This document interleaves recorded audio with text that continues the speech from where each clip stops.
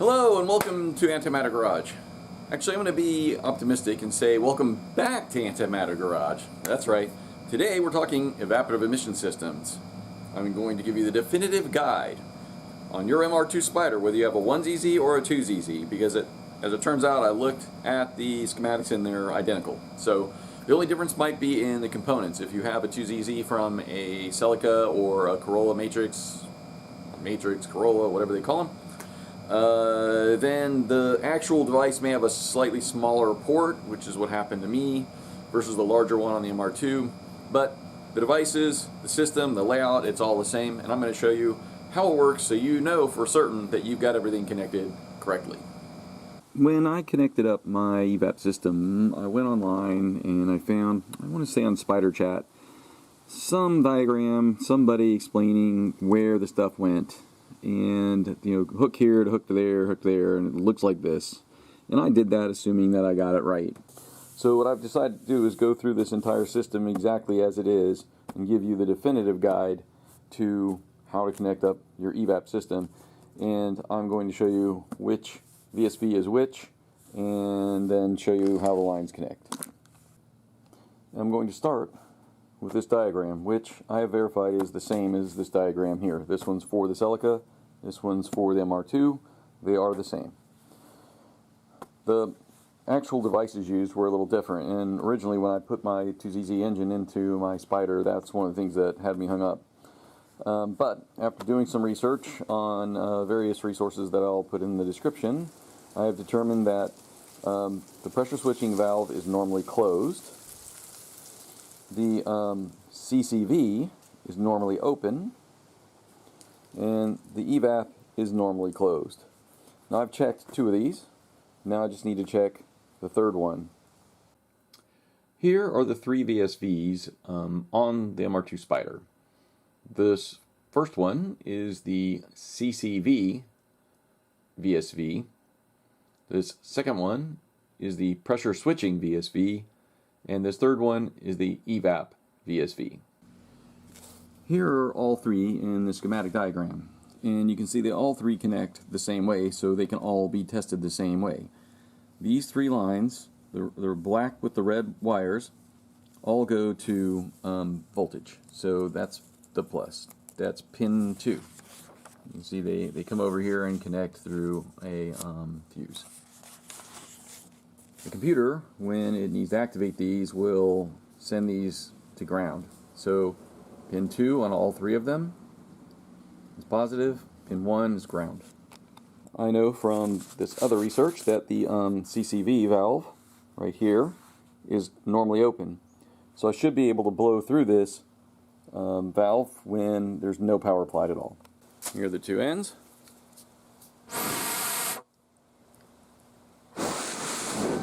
You can hear it's open. One resource I had says you shouldn't apply battery power to it because you can burn them up. Now it's possible that the battery held too long will burn it up. I think the tester that comes with at Toyota for the mechanics may cycle that. But the procedure here in the book shows that you can power it with a battery. I've seen people online use a 9-volt battery and it works. So that's good, especially if you don't want to try and put 12 volts to it. But to me, it's a 12-volt device, and according to the schematic over here, it takes 12 volts. So if it doesn't switch with 9, technically, you can't be really certain, right? What if your 9 volts really only putting out 8, and it's just below the threshold? I don't really know, but I'm just going to apply 12. I'm just not going to apply it for very long. Pretty sure I've covered this before, but you may be wondering, how do you know which one's pin 2? Which one's pin 1. This up here has a little clip, and that's where the tab that locks it into place goes. If you always put that up, and then you read on the female connector, this is male, left to right, left to right. So this would go right to left because I'm on the male. So theoretically, this is pin 1, this is pin 2. Positive would go here, negative would go there. So when I touch this to ground, you should hear a clicking sound. And you do. That's the valve operating. It's probably functional. Now I'll go ahead and blow through it when I do that.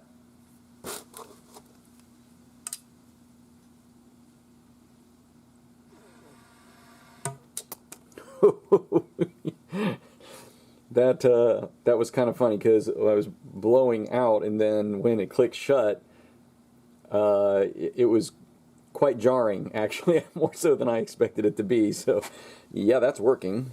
If you want to make sure that the other valves are working, you can test them in the exact same manner. Of course, they'll be backwards since they're normally closed, so you should not be able to breathe through them in either direction. Also, because these are just open or closed, all of these valves, I don't think it really matters which way you connect the tube up. You should just connect them whichever way, whichever tube fits diameter-wise, or maybe if they're the same, whichever one fits your setup best, so that they come off in the right direction and don't kink. So that CCV valve is right here, canister close valve. Even though it's not on the canister, that's the other one. Anyway, that CCV valve is attached to the air box. This is your air filter. And on stock 1ZZ powered Spyder, there's a little tube sticking off that you can put that onto on the actual air box. If you don't know, or you can't see it or whatever, where you're trying to pull that from is fresh, clean air, meaning that little hose or nozzle is connected on the opposite side, downstream side, I guess you'd say, of the air filter. I have an aftermarket, as a Monkey Wrench Racing, I guess, intake, which I'll show you. There's the fresh air for the Monkey Wrench Racing one. It's after the filter. It's before the MAP, although I don't think that's important. But there are no other, connectors on this thing, right? So this should go to that CCV valve. So the other end goes to the charcoal canister. Now you may be wondering, from the top when I can't see stuff, how do I know what goes to the charcoal canister? Well, in this next segment here, I will show you where all of the little tubes on the car go, and therefore how you would connect them. I'm going to try and show you now where some of these pipes go that you may not be able to see as easily as I can now that I have everything apart. Down there, where my light is shining, right there, where the white plastic thing is, you can see two tubes, right? So you may not know which one goes where, but if I trace those tubes, there's a big one and a small one, right? And if I trace them, they both go up there. There's the little one, and up in there, I hope you can see that, is the bigger one. So they both go to the filler neck. So theoretically, they're not exactly in the same place, but I'm pretty sure they might as well be. So theoretically, it wouldn't matter which one of those two you connected it to. You're going to the same place, but obviously one's bigger than the other one, so you're going to want to connect, whichever hose is bigger. Now these tubes up here that you can see, and I've marked them X, V, and Y. I wanted to do X, Y, Z, but I'd already used Z, so I had to come back and use the V. And they do cross over, so I'll show you this first one that I've got marked X, which is on the left side of the car. It goes down there, and across, I'll try and put my light on it, down in there, very hard to see, I think there are a lot of tubes in the way, but there are two of them there, right? And they go down, and I'll show you where they go under the car. Okay, here, let me tilt it this way. So the bottom of your screen is the front of the car. I've got my light right up there, above this blue flag that says C.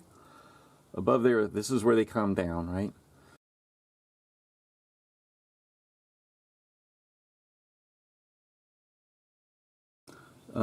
This one marked C is actually equal to V up top, the one basically in the middle.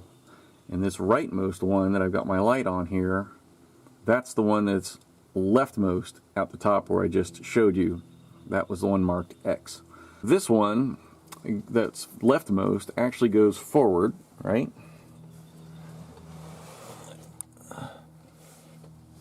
To here. Now it's marked B. And that curves down, or curves up into the area above the fuel tank. My hand is where the fuel tank would normally sit. And into the car, basically, and into the evaporative canister, or the charcoal canister. That's one of the ones that goes there, and I'll show you that connection in a minute, right? But up top, and you can actually see it from here, So there are the two. Let me turn this so that that's helpful again. Hopefully, again, that, can't get my finger in there. That is the front of the car to the bottom of your screen. There are the two. This one is the leftmost that crosses over and goes where I just showed you. That's the other one that I have marked C right here. But then if you look right there, there's the third one. And that third one comes down and goes to here and enters the car and comes out here and goes forward. Sorry if that's not really clear, but there are a bunch of tubes right here.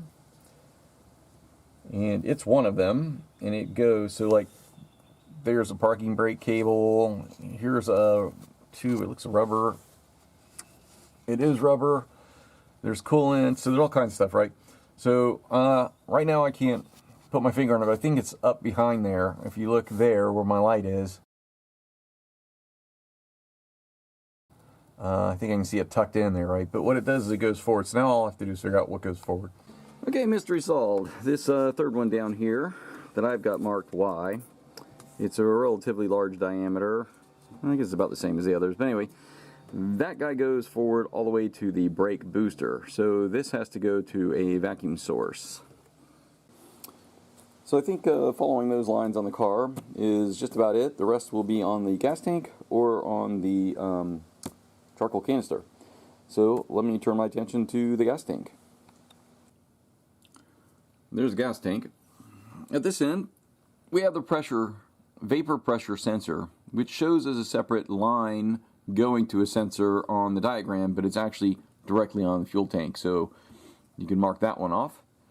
And then this one is the EVAP. If you follow it down, it's a proprietary connector. This is the only one I didn't replace. Maybe I should have. I don't know. I think maybe I could get to this without pulling the tank out, because there's a hole here for to get the fuel pump and everything out, right? And it connects, and I think you can just feed it under, and this comes back up under the car and into the charcoal canister, which is also on the inside of the car, so it would run under here. So I think I might be able to change that without removing the fuel tank if it turns out to be a problem. Then we have this guy. That's the vent. That also goes to the charcoal canister. That's line E and D. That's my nomenclature. I'm just going in order from the front of the car to the back. On the charcoal canister, which sits sort of in this region here. Then there's a connector up here, and a little connector here on the tank, and I'll show you where those go. Here's the diagram, and you can see right here, there's the vapor pressure sensor, and the EVAP line, which goes to the charcoal canister.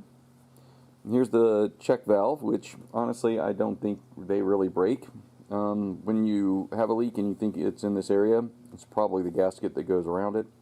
I went ahead and changed it anyway because I'm here. Here's the big line that also goes to the charcoal canister I just showed you a minute ago. Can't miss that one. It's corrugated and big and proprietary. And here's the other one. It comes up and it goes to one of the lines I just showed you that go to the filler. That leaves the charcoal canister. I've taken the liberty of labeling them. It goes in this way if this is the front of the car, and that's the back. I just labeled them personally A, B, C, D, and E underneath there, basically in order from front to back. And but they're more commonly known as the drain, the air inlet, the purge down here, and I don't know, vent. Air inlet, I believe, and then the vent. Oh, and I forgot to show you the little tiny guy on top of the gas tank that's welded on the top of the gas tank. It too goes to, it's the smaller of the two lines that go up to the fuel filler tube there. Well, I don't remember where I left off filming. It's been a couple days, so I'm just going to review. I'm going to show you the complete connection from each line. And I'm going to start with this one here, the leftmost line. Okay, this one comes around and it goes into, any way you can, into the CCV. The other side of the CCV goes into the intake behind the filter. So the CCV has two connections, one intake to the filter, the other into this first line, which goes down, crosses over underneath, and I'll show you where that goes. That line comes right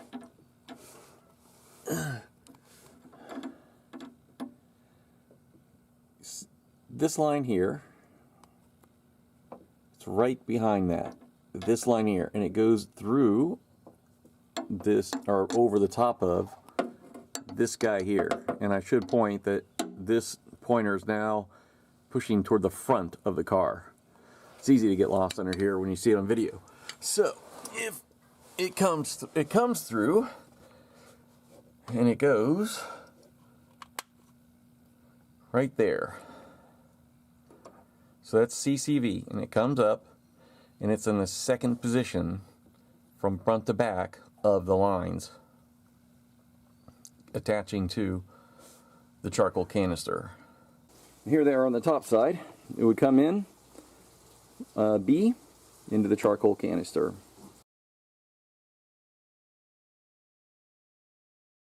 And FYI, a top tip for you here is if you're having trouble getting these tubes over the hardline, then what you can do is put a little drop of olive oil. That's what I do, because I never have to worry about olive oil eating away at the rubber, because some petroleum products or some hoses, some rubbers will be eaten by petroleum products, and that's vegetable based, so it should be fine, and I think it'll just evaporate over time. It seems to work for me. Alright, so the second one here, I'll show you that connection now.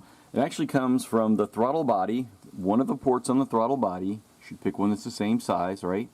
It comes up and into the EVAP VSV, which is that blue one there with the funky L bracket on it. It comes in right here.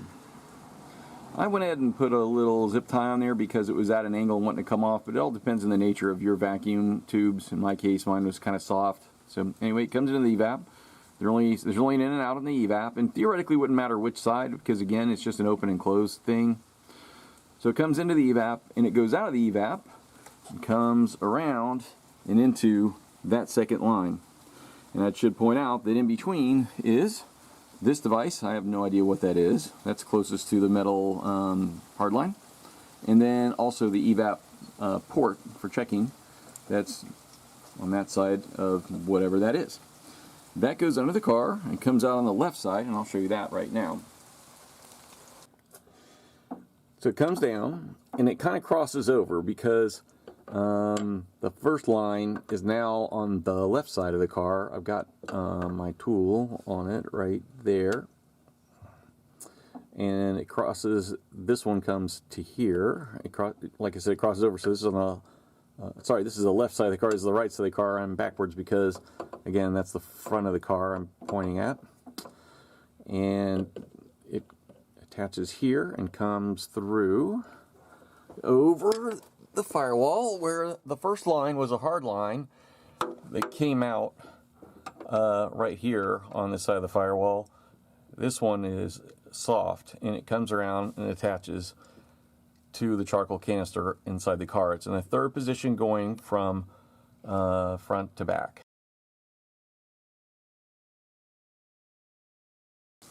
Now the drain line would be confusing looking at just this diagram, because both, this is the 2ZZ diagram. You can see the air drain hose just goes into the atmosphere.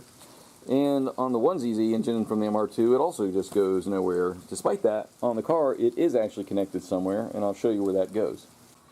Okay, and the reason I know where it goes is because I went ahead and marked it. A. And A for me is that drain. And you can see it goes this metal pipe, which I think goes up to, I can verify that, it goes up to the, if you follow that big one right here, to the filler.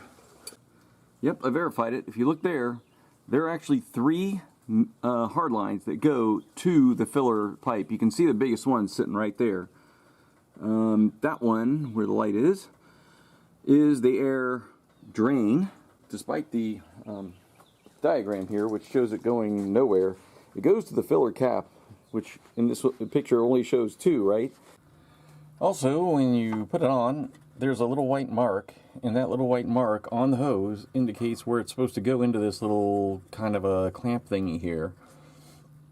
That keeps them really nicely organized. And the big one goes and fits right into there, and it also has a white line, so it fits in like that. So let me show you how I connected it. Again, this is the front of the car. My finger's pointing toward. You can see right here, I had a choice. I could have put this on this side or that side. Either way, I wanted it pointed down so I could get a tool on it. But I chose this side because when I put it on this side, it interfered with the, you know, it was sitting right here, and that was going to be difficult.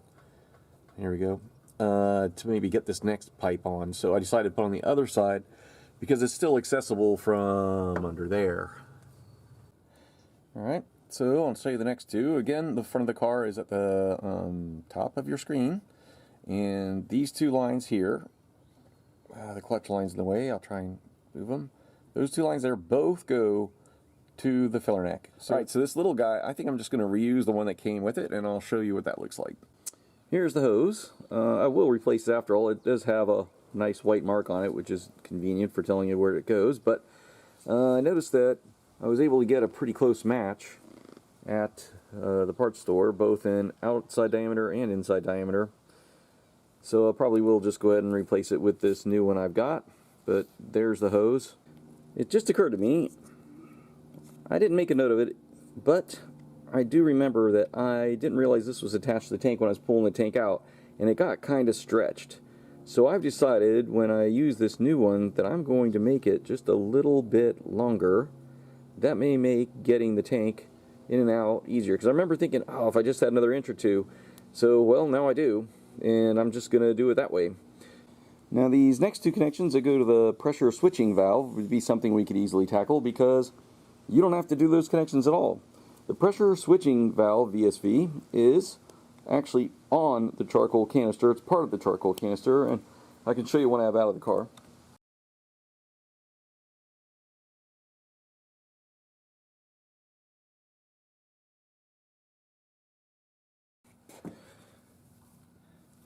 So here's where the other one goes on those 2 little tiny connectors underneath the car, and I just connected the one that I had marked F. Nope. Those 2 lines that I'm fondling go to the charcoal canister marked D and E. So the second to last and last going from front to back that are attached to the charcoal canister, and they really only go one place because they both have proprietary snap-on connectors. I bought the big one new because I had a real hard time getting it off. And as I mentioned, I didn't buy the other one, I just reused. This connection goes to the smaller of the 2 tubes I showed you before with the white clip underneath the car that go to the filler neck. And this one is the larger of the 2 that go to the filler neck. And that pretty much completes how the entire evaporative emission system is connected on the Spyder, whether you have a 1ZZ or a 2ZZ engine. And following this now will be some bonus information on how to determine if the charcoal canister is bad.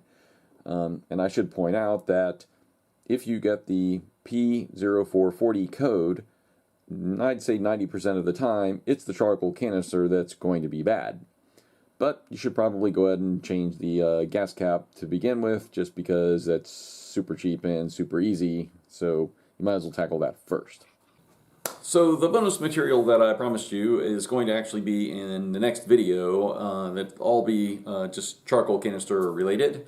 I really just wanted to show people where all the lines in the car run, because it's very difficult to see that when the engine's in place and you're calling around underneath and that sort of thing. I also realized, having edited this video, that it's not still really that clear. I didn't make it as clear as I'd like to have.